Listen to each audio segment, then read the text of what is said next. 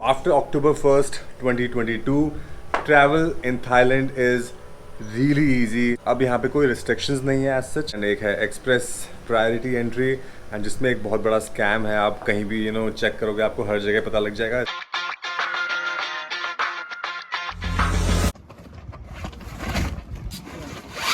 Rudra, let's go.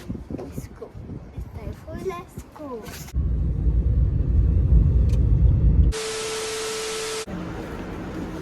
आओ.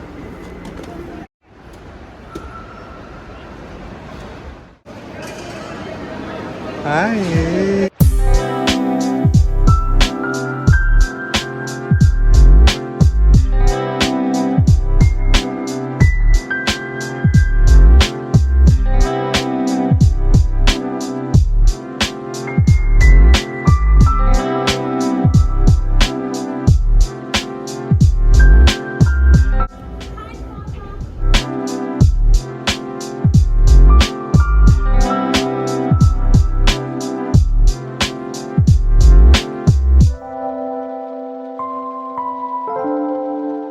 Papa's coming, Papa's coming. Oh, stand up. कुछ नहीं हुआ, stand up.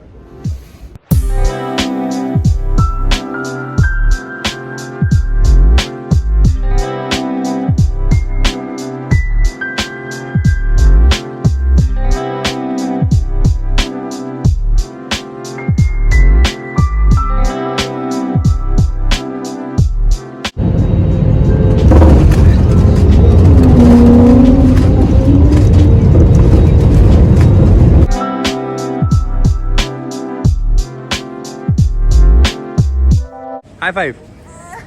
कह रहा घर चलो.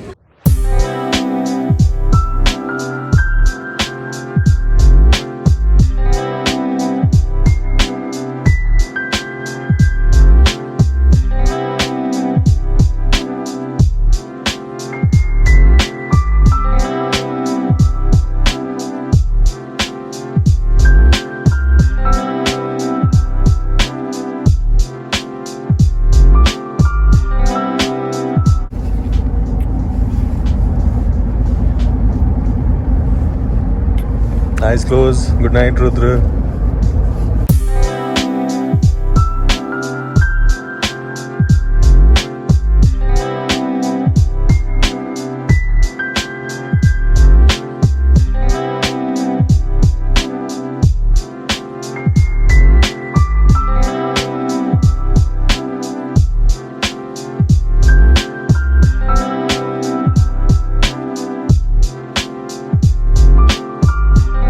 We are staying at Pannan Krabi Resort in Krabi. आप देख सकते हैं पीछे ये बेहतरीन view. So we have this cliff view room. So हमारी फ्लाइट यार मॉर्निंग में अर्ली मॉर्निंग थी. रात में हम काफ़ी जल्दी घर से निकल गए. थाईलैंड पहुंच के visa formalities were like a piece of cake walk.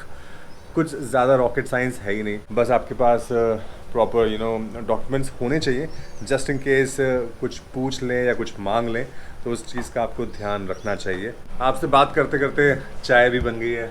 Coffee बन गई है. स्पेशली अगर बच्चे के साथ ट्रैवल कर रहे हो तो भाई बहुत बुरी हालत होती है, बच्चे की भी और अपनी भी. Cheers guys. और सबसे बड़ा कंसर्न हमारा ये होता है जहाँ भी जाते हैं ना, जिस भी होटल में, रुद्र को अगर रूम पसंद ना आए ना तो भाई उस रूम में रहना मुश्किल कर देता है. एंड देखो लड़का एंजॉय कर रहा है अपने आईपैड पे. हे रुद्र, हाय. अगर आप लोग थाईलैंड ट्रैवल करने वाले हो तो आई एम श्योर आप सबके बहुत सारे सवाल होंगे, बहुत सारी कन्फ्यूजन्स होंगी. After October 1st, 2022, travel in Thailand is really easy, just like pre pandemic days. अब यहाँ पे कोई रिस्ट्रिक्शंस नहीं है एज सच. आपके पास इनफ थाई बात होना चाहिए, अपना करेंसी होना चाहिए. इवन दो किसी ने चेक नहीं करा मेरा आज यहाँ पे, बट जस्ट इन केस कोई चेक करता तो मेरे पास होता और आपके पास भी होना चाहिए. आई थिंक हार्डली फॉर्म भरने में हमें 10 मिनट लगा, अपना पासपोर्ट चेक कराने में हार्डली 5-7 मिनट लगे, एंड आगे इमिग्रेशन जो भी फॉर्मेलिटीज़ थी उसको हार्डली 10 मिनट लगे. तो 15-20 मिनट 25 मिनट में सारा का सारा काम हो गया एंड हम निकल गए फुकेट एयरपोर्ट से बाहर. एंड एक चीज़ और रिगार्डिंग द वीज़ा, आप हर जगह सर्च करेंगे तो आपको मिलेगा ऑफिशियल फ़ीस है 2000 बात एंड अराउंड 2.43 रुपीज़ के आसपास का है एक बाट, तो उसके हिसाब से आप कैलकुलेशन कर सकते हो। बट वीज़ा की फ़ीस आप बाट में ही कैरी करना, अदरवाइज़ आपको इशू आ सकता है। दूसरा, यहाँ पे दो चीज़ें हैं वीज़ा के लिए, एक है नॉर्मल एंट्री एंड एक है एक्सप्रेस प्रायोरिटी एंट्री, एंड जिसमें एक बहुत बड़ा स्कैम है। आप कहीं भी चेक करोगे आपको हर जगह पता लग जाएगा इसके बारे में। स्कैम ये है कि वो आपसे पैसे लेंगे 2200 बाट ही, ठीक है, जो करेंसी लेंगे 2200 बाट पर वीज़ा, बट आपको जो रिसीट मिलेगी या जो आपको नॉर्मल जो वीज़ा मिलता है वो 2000 बाट वाला ही होता है। So there is no difference. Scam बस वो 200 बाट का है जिसका कोई अकाउंटेबिलिटी नहीं है, जो कहीं ऑन पेपर नहीं है, बस कहने को एक्सप्रेस वीज़ा है बट कोई डॉक्यूमेंटेड उसका कुछ प्रूफ नहीं है। तो ये क्यों है, कैसे है, यहाँ के इमिग्रेशन डिपार्टमेंट क्या किस बेसिस पे ये कर रही है, I am not sure, but ये हो रहा है और बहुत खुले में हो रहा है। वीज़ा और इमिग्रेशन के बाद जब आप बाहर आते हैं तो सबसे पहले आपको क्या करना है वो ये है कि SIM card, local SIM card ज़रूर ले लीजिए, बिकॉज आपको काम आएगा। अपना जो भी आपके लोकल एजेंट्स होंगे या कोई भी एक्टिविटी करनी है, किसी से कनेक्ट करना है या आपको इंटरनेट चाहिए, तो बिना उसके काम नहीं चल पाएगा। होटल वाईफाई तो आप ऑफ कोर्स होटल में ही यूज़ कर पाओगे।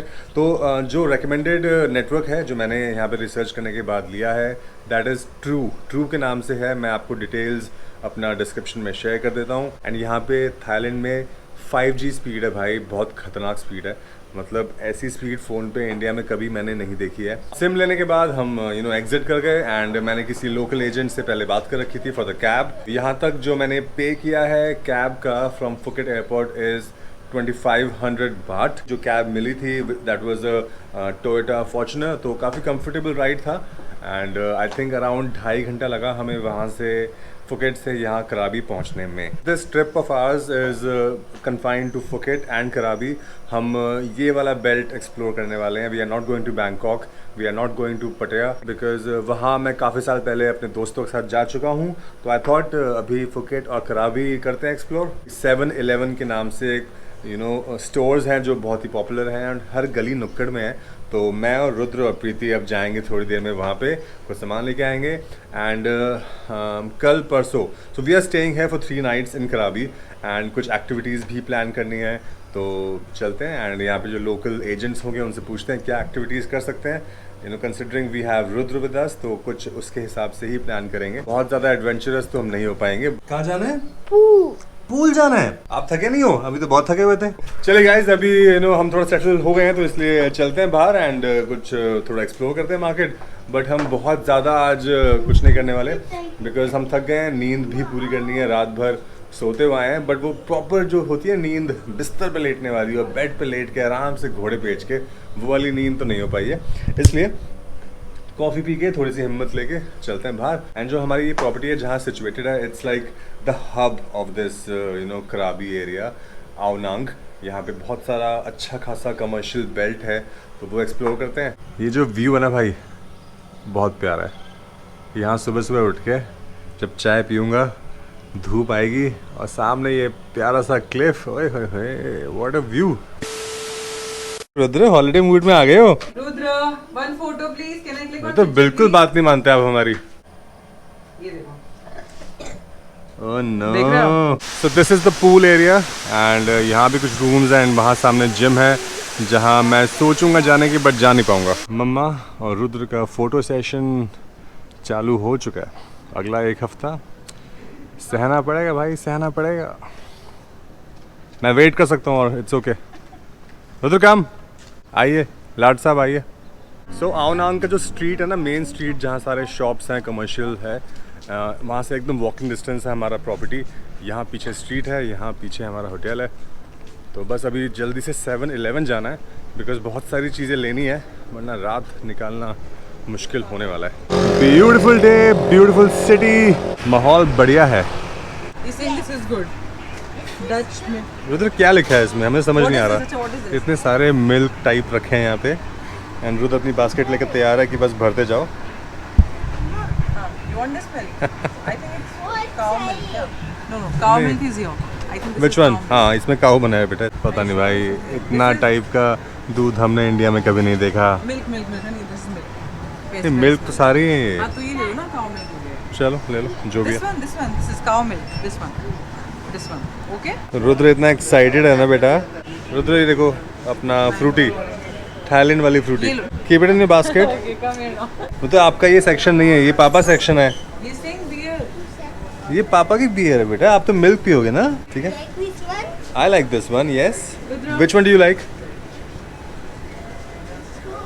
Let's check out some beers and जल्दी से उठाते हैं बिकॉज सुबह से मुझे चुल हो रही है भाई बियर पीने की।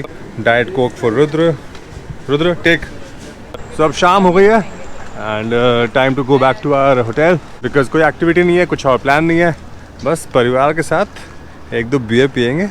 वहाँ सामने एक ट्रैवल एजेंट टाइप की शॉप है, तो वहाँ चलते हैं एंड पूछते हैं एक्टिविटीज़ के बारे में। Our property is situated at a very nice location, सारा हैपनिंग स्पॉट आसपास ही है। And the good thing about you know car वाला एंड बाइक वाला है, they stop when they see you crossing the road.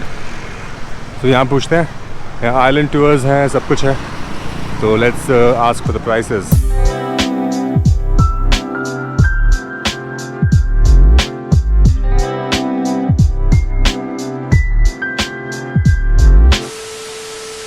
इस पेस्ट्री के लिए 7-Eleven में रुद्र जी एकदम अटैक कर गए थे। ऐसे खाओगे? ये जब भी कोई डिजर्ट या कोई पेस्ट्री या कुछ केक देखता है, ये पता नहीं क्यों क्या आता है इसके अंदर, और स्पून से तो इसने ये स्पून से खाता ही नहीं है उसको। ये ट्राई करता है कि बस सीधा अपने मुंह से ही अटैक करूं। बताना मुझे कैसी है।